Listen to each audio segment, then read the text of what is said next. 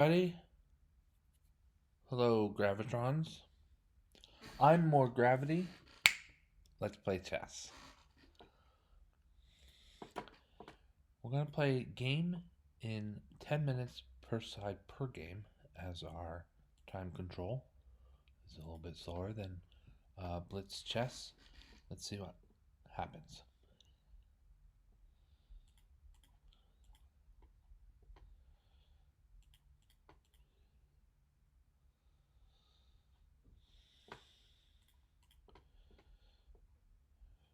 Found our way into our Roy Lopez.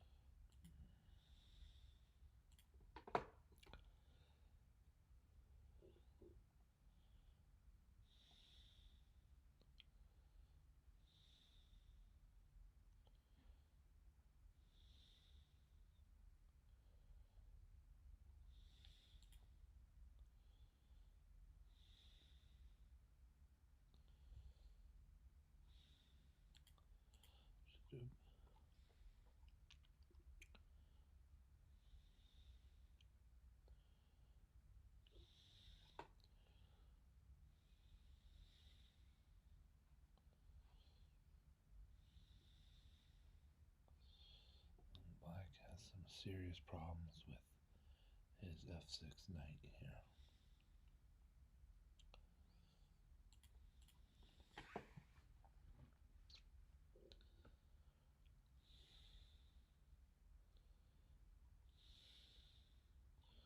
Queen e3 is trouble for black.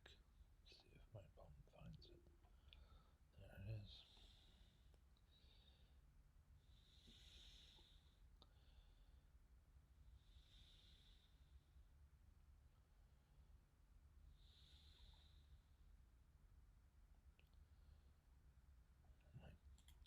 Just get out of the way. No, oh, this is lost. That was played poorly.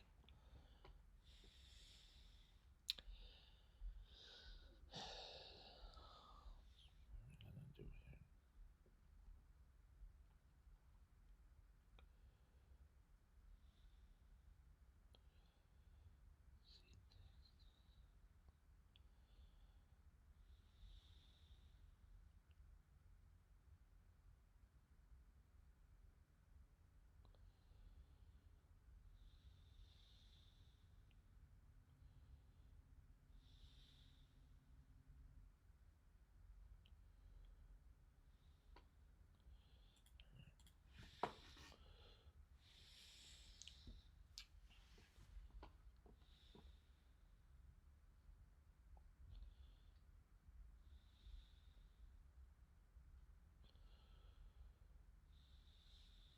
Not worried about recapturing with the king about safety, but if I recapture with the king, is that good for? Didn't happen. Okay. So this that f takes c3 creates a shield. Right, the black king is at least for the move shielded from attacks along the E file. If I castle, then that shield doesn't matter, but at least it was there while it lasted, maybe. Sounds like the end of a heartfelt relationship.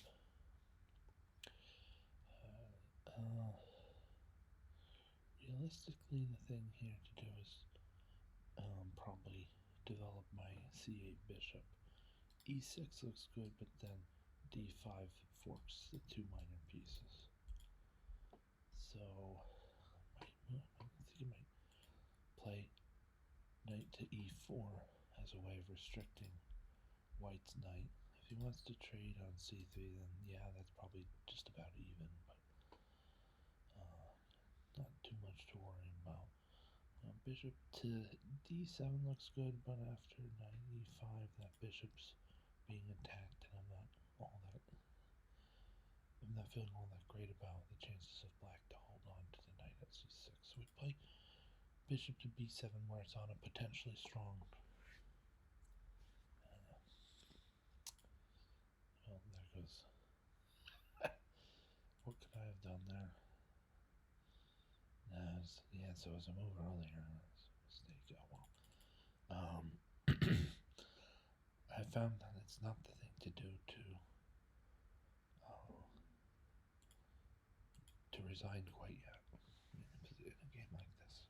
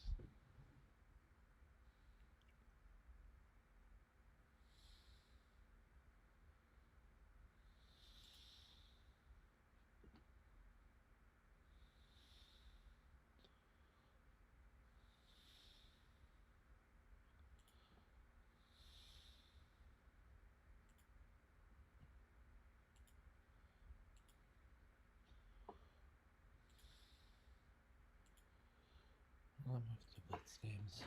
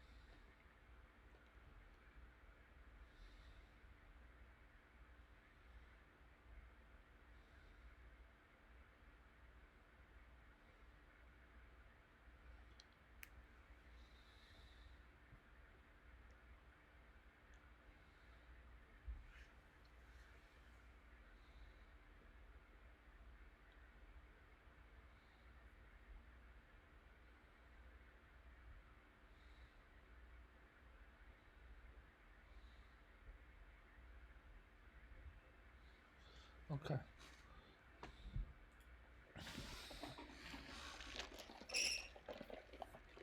Mm. Not after the bed.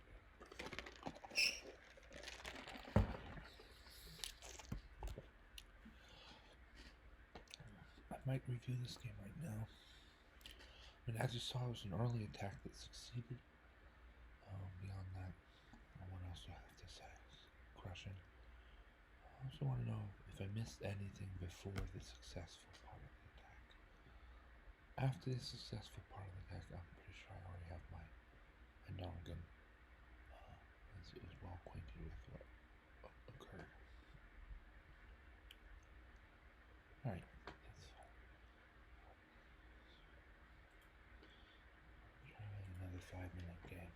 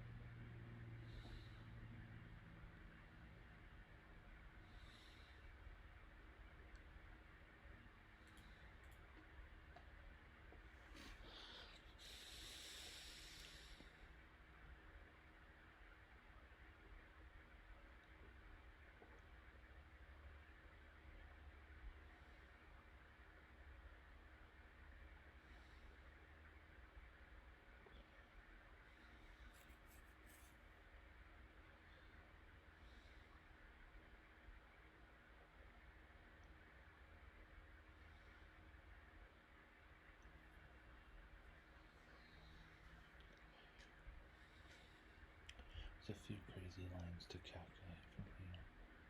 Queen takes, knight takes, knight takes e3,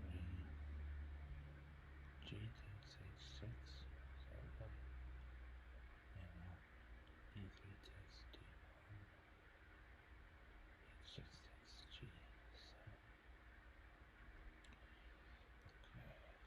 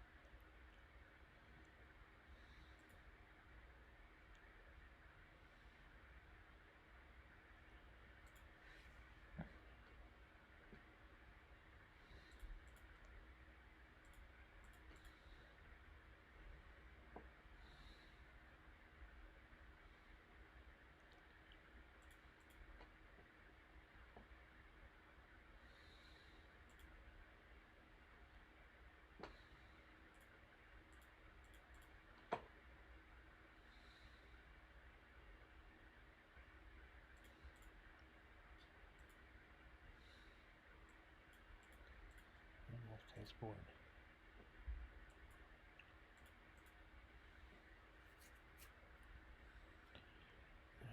Right. Review this game. First of all, rematch.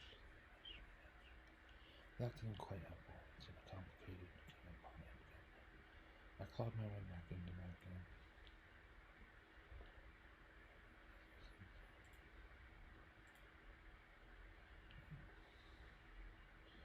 Rematch. Let's review that game.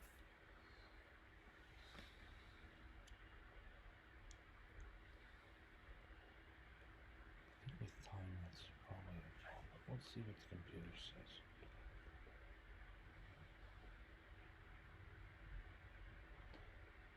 Here at the end, actually, back at the end board once I grab this pawn. So we'll go to the very end. Right to go. Finish it out. Demonstrate the win, I guess. In this case, it's a super strong computer. King moves, you want an active king, but the king's already activated, and available king moves don't seem to be all that useful, at least not yet. You play king e6 and push d5 and a pawn captures and captures. Then I have the more outside pawn, but it's not a pass pawn. There's a lot of resistance in this path. Plus, white can play c3 at some moment and more or less block the black king from advancing. The move that strikes me right away is the move c7 to c5. Exchanges lead to black having a healthy queenside majority, and black still has e5 guarding against attempts to break free in the middle. Black's king is close enough, so we're going to play c5, indicating as best. Now the temptation might be to play c4, but after c4, d takes c4, b takes c4. Black's king is ill-suited to protect the c4 pawn from capture by white's king. I agree. And that's just... So here with black to move, I think black is doing really well. I would probably exchange under time pressure, but since I'm playing, the computer, there's no time pressure, I'm going to look for something a little bit stronger still. You'd like to be able to take on b4 because then you get these pawns rolling, but ideally you do that after the move pawn to a5. And then you have 2 against 1, but you can't do that here. It's pawn a5 and directly sense the danger with pawn captures a5 and white's got an outside pass pawn.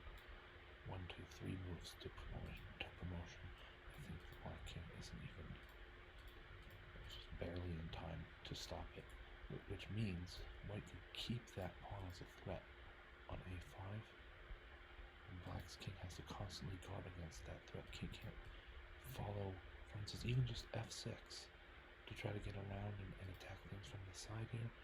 It's probably too slow anyway, but here it's too slow directly because of pawn to a6, pawn to a7, and pawn to a8 equals queen. So here with black to move, we might again think about c4, but I think I explained that that's not the move.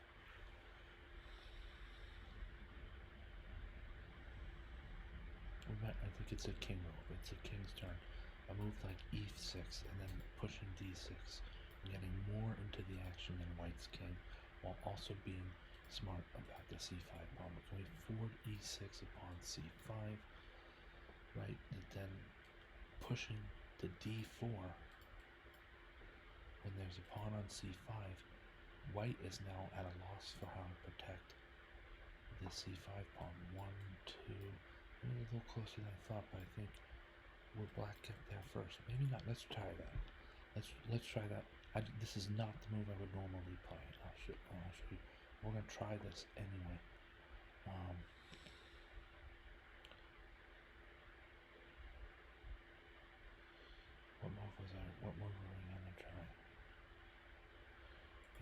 So the matches. So if I push again to kick the king out, he goes for a wider stance, and then if things become too locked up, black will not be doing well.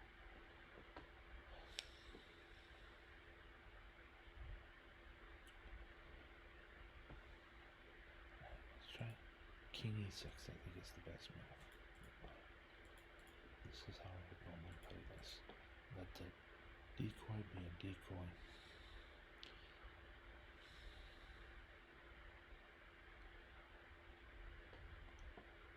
Play strong here. So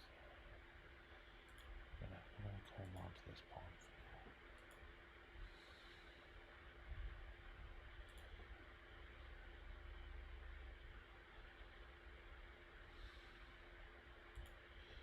Alright.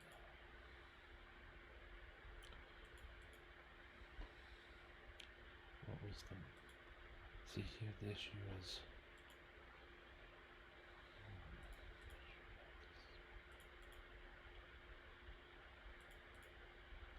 Yeah, so we've gotten... we've put the white... It's like we've put the white king in check before it was time.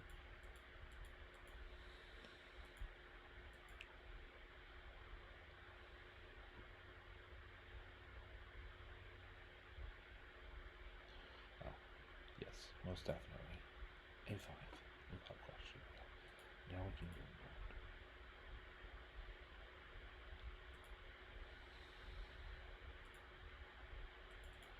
Apparently, yeah, this is not for me to teach. I'm making too many mistakes here. I would love to be able to teach this, but it's more like this is for me to learn.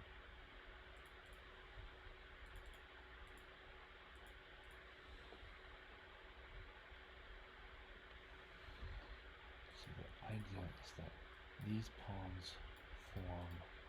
I am going to take... Now I've learned. These pawns form a wall over here. I'm going to work on advance our king in a way that continues to keep white's king barricaded from any progress on the b file or a file. It's an element. The element I missed was that these pawns are controlling space quite well. I'll move to d4. Right now we have the opposition, not white.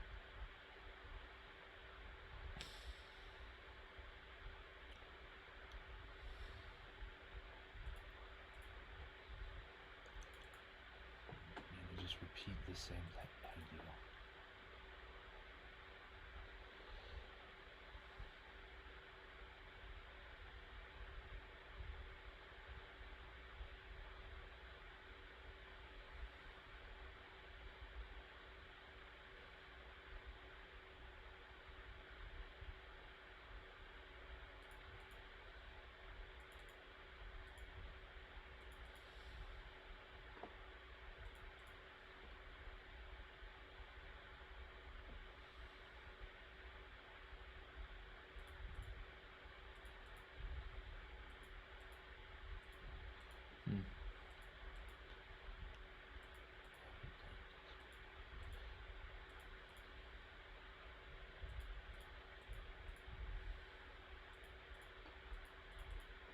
Okay. That's fine. Let's go back to playing a live game. The king and pawn game here was more difficult than I thought to prove the win. So I was gonna lose anyway then. So kind of from a emotion standpoint, then move on.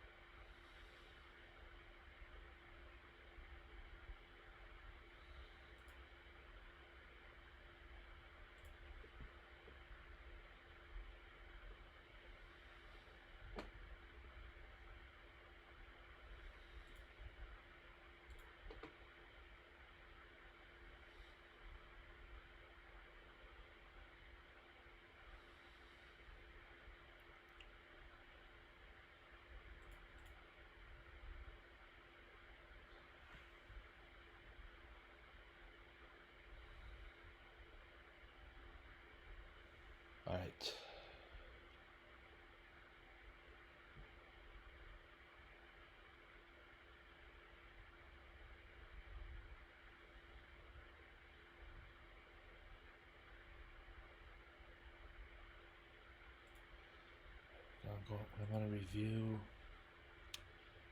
the first game against that opponent. Let's see if you can see the Prodigium. So I have it showing anyway. Might as well say it. My family, sometimes we call that blabbing it, blabbing something. Sometimes if you let loose a secret that someone is supposed to know, but it doesn't really hurt anyone's life force or livelihood. It's like you blabbed it, some kind of minor secret. Like we're going to Hershey Park tomorrow, but the kids didn't know it was gonna be a surprise. But you let it slip that you're going to Hershey. That's blabbing it. Sometimes here I would blab his name, but it was already known by way of the screen. He's up here at the top, and I included that in my broadcast. So, I really enjoyed our first game. Our second game, I enjoyed as well. It wasn't quite as lengthy a game, and it was kind of an early collapse. But in this game, I felt like my opponent played a very strong game. Yeah, it's not processing the game. Let's try to get. Oh, that's not that. 83.8 against 63% accuracy, so just barely accurate enough that I'll be reviewing this game.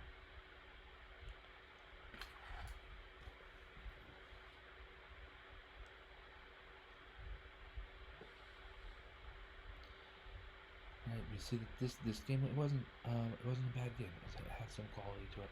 In 69, I would have thought more of how well my opponent played, but let's take a look here. I had the black pieces, deep pawn game, and then tried to, what would Puffy say? Switch the scripts on him. Same thing he did to me, I'm going to do it to him. Now, I don't know if all that applies, but with an early with an early C5, black sometimes tries to grab the white side of a queen's gambit. It doesn't usually work, but sometimes it creates a different direction for the game to take. Alright. So we're developing our pieces. Knight F6 here. I've dabbled with the move F6, and then you try to sneak H5 in, and while people are calculating about H6, is the rook going there, is the knight going there, is the bishop going there. While those calculations are taking place, you might be able to get in G5, and then if the rook goes first, he's sacrificing the exchange, and then all of a sudden H4 can trap a dark squared bishop along this second longest one of the longest diagonals, and you actually get the bishop out of it.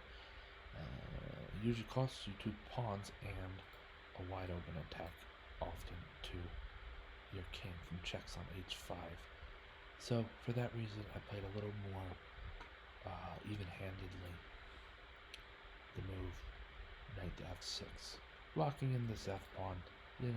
Is not always the most solid thing to just start moving your F pawn earlier in the game. So knight to F6 is a fine move here. An excellent move. And then in keeping with that, since white's light squared bishop hasn't moved yet, I'm putting my bishop to an active post without a definitive role. The alternative would be bishop to G4.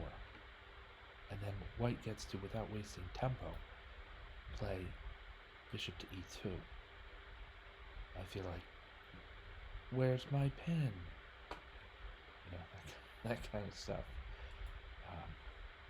So bishop to F5, and I'm even able to trade off what's going to become my bad bishop for what is already white's good bishop. All right. So I trade off the bishops in the way that I find favorable for black.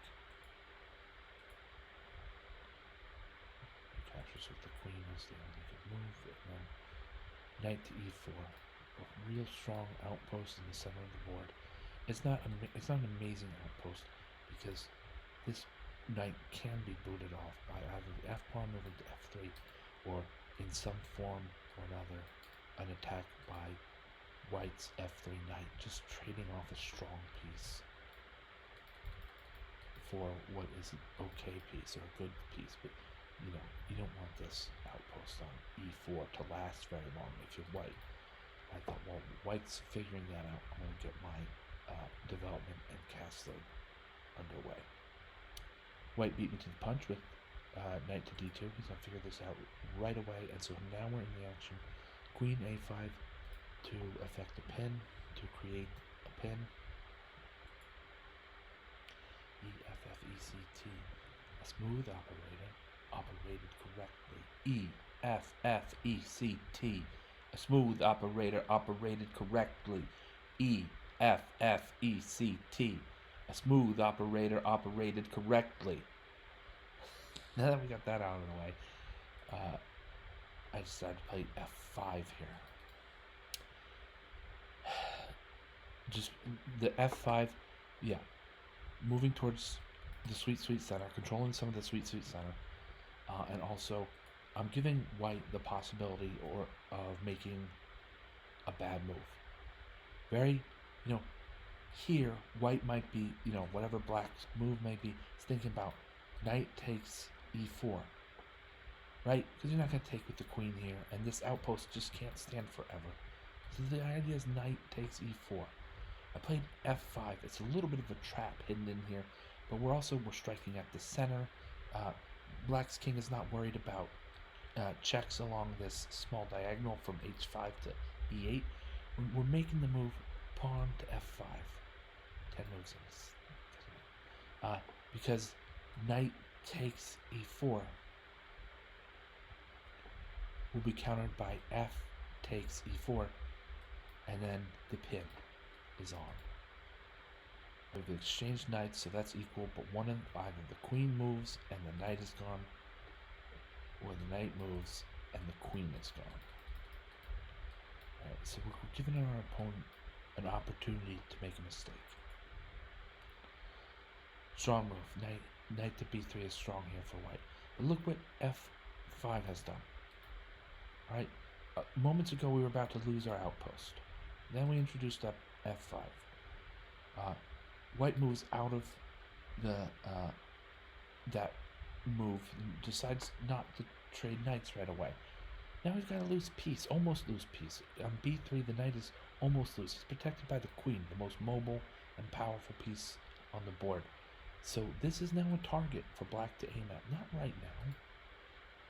The queen's on a5, and she's going to make maybe a shot at b3.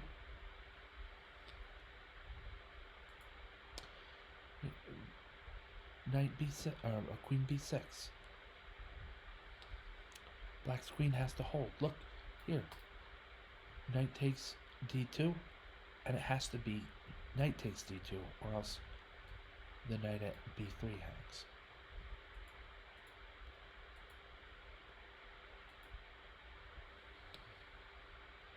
Yeah, I think here,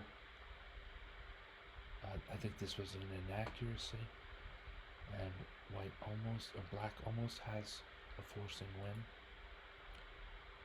I played knight d2. Let's see what the computer suggests. We haven't consulted the computer much so far, so let's do g5 is a good option as is kingside castles. Kingside castles is what I would after advice choose. Kingside castle looks good. Got a rook on a file that's not open or semi-open, but it's not nothing either. King is now way more safe than it was.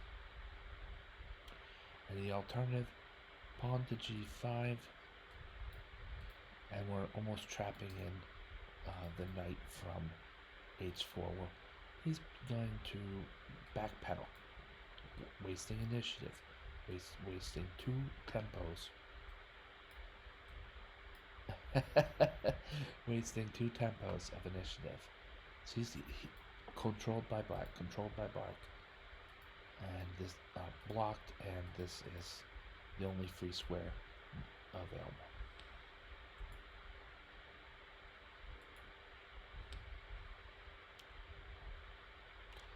So I trade knights. I trade minor pieces on d2, mostly because of queen takes b2, and I had some material. I in fact did miss that white wins back that material right away. So I might do some depth of calculation and depth of search exercises. Winning the tempo against the queen also brings white eventually the b7 pawn. Trade of queens and rook takes b7. I got to admit here, folks, a little bit jostled by this rook move, and I thought for a second, my queen's trapped, looking all directions. And I found that queen a3 gets the pawn, and a bit later he captures my queen. I thought, oh no, my queen really was trapped. I'm back to where my queen really was trapped. I almost resigned here. I almost resigned this chess position. I did a quick scan of the board, found bishop takes e6, and I evened the exchange of queens, and thankfully so. Rook takes b7, so material is roughly equal. I have an extra pawn, but we're not really quite at the stage where we're calculating endgames.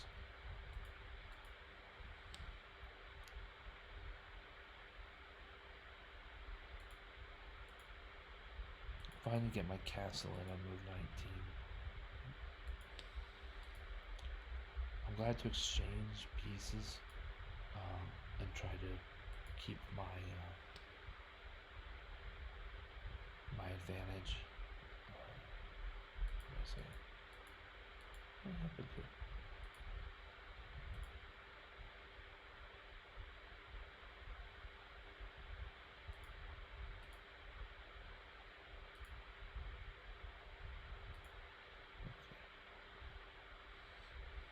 Now we have 3 open files on the queen side. No white pawns on the whole queen's, well, as you count the d pawn. And black has the only pawn on the queen side all the way towards the edge of the board. We're just going to march this pawn down bit by bit and gain a favorable tilt to the tactics. We don't know what's going to happen with the rooks. Black would probably be well to exchange a set of rooks, which is indeed, well, we don't know what happens, but we do know what happens. Exchange a set of rooks helps make the fact that white's knight is far away a more tangible strength for black for sure. Okay, so we're just gonna pass pawns. We're meant to be pushed. I'm getting this rook trade that I thought was definitely better for black. Now we start to see that the computer eval grows steadily. Well, no, it doesn't, but at least it stays with black's advantage. Alright, now it's growing. Get the king involved so that these pieces cannot win on a3. Cut off the king, and then, as it happened, a checkmate showed up. I'm thinking that this position for black without the checkmate would be a bit of a grind, let's see, against the computer here. We're trading knight, and we have an extra piece. So we've earned a piece for our pass pawn, which is, that's the way to do it. I'm going to try to trade some pieces and be the last side with a standing piece. Move these pawns in a way that makes things difficult for white.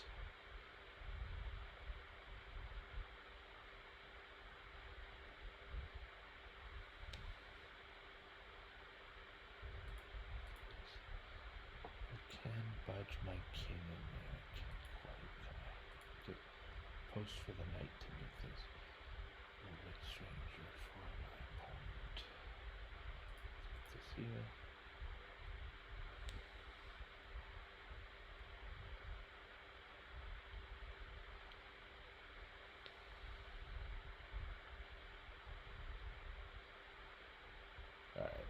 So we're gonna put it to the E pawn here and really jostle loose a lot of pawns from white.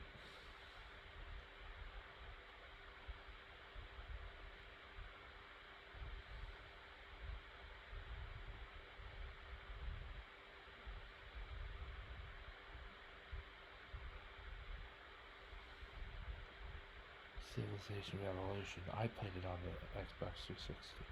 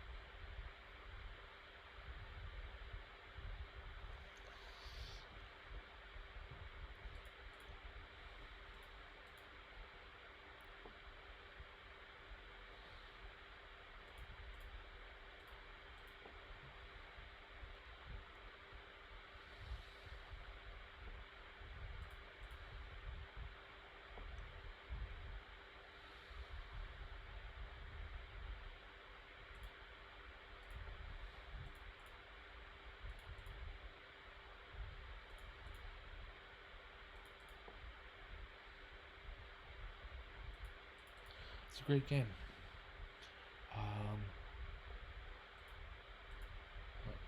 Here we finish off this game of chess before we describe more about that.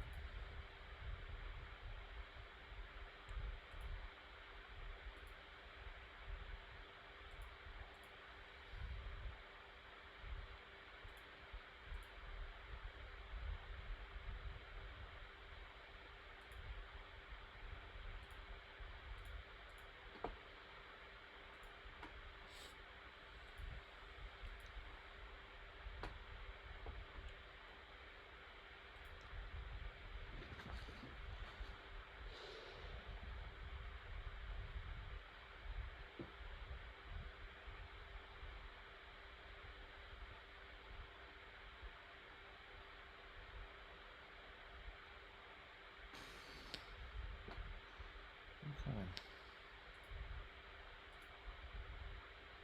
Alright. We're just gonna let this game play from start to finish here.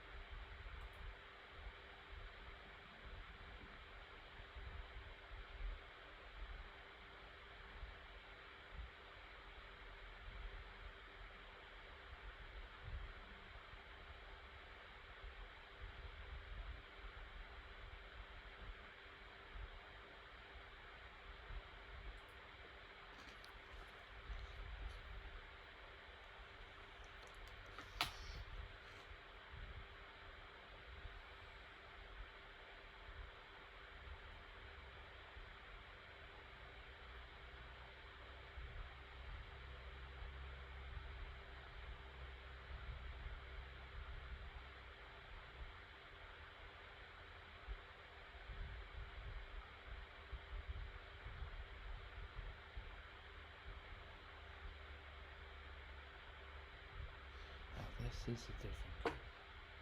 This is what if White hadn't blundered into immediate checkmate, and the win here was actually kind of straightforward anyway. So Black was going to win, but yeah, that's how that one was. Let's go back to the game, as it were. Which ended on the 33rd move with Black delivering checkmate. It's all the same until the 33rd or maybe 32nd move.